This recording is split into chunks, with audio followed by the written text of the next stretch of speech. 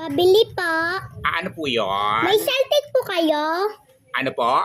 May saltik po kayo? Wala akong saltik. Itong batang to, ang aga-aga, binibisit mo ako ha. Ang dami-dami ng utang dito ng mga martesa dito, kinukumpit ko. Tapos magtatanong ko, may saltik ako. Ano bibili mo? Yun po oh. Asaan? Yung shampoo. Shampoo? Saltik? Sunsilk yun! Itong batang to, may saltik kayo? Sunsilk yun! Anong kulay? Yung mink. Ming, tawarte-arte Ming, ang gusto mo ng mock and mince? Ming, uwi ngayon. Ano, ilan? Isa po. Ang batang to ah. Saltik, Ming. Ano pa po? Yung sukli ko po. Ano po? Yung sukli ko po. Kaya ka na naman si sukli. Wala ka pang binibigyan na bayan ng hihinga na sukli. Itong batang to ha. Sino ko to sa'yo? Si tatay.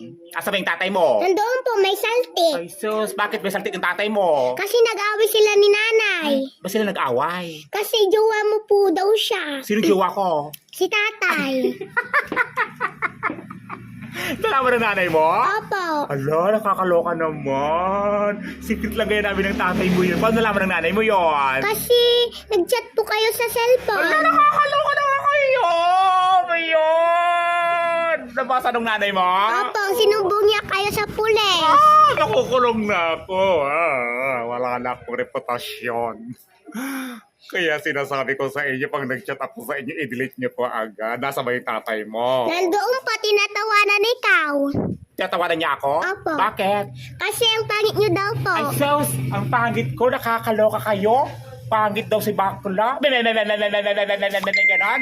Mapanlait pala yung tatay mo? Pagkatapos ko siyang buhay-buhayin, pagkatapos ko siyang mahalin, nakakaloka, mukhang magkakasaltik ako ngayon. Itong batang to, sa'yo na nga yan, sa'yo mo sa tatay mo. May saltik ako ngayon. Pangit daw pala ako, sabi ng tatay niya. Sakit-sakit naman nun. Lumayas ka dito. Ayoko nang magmahal.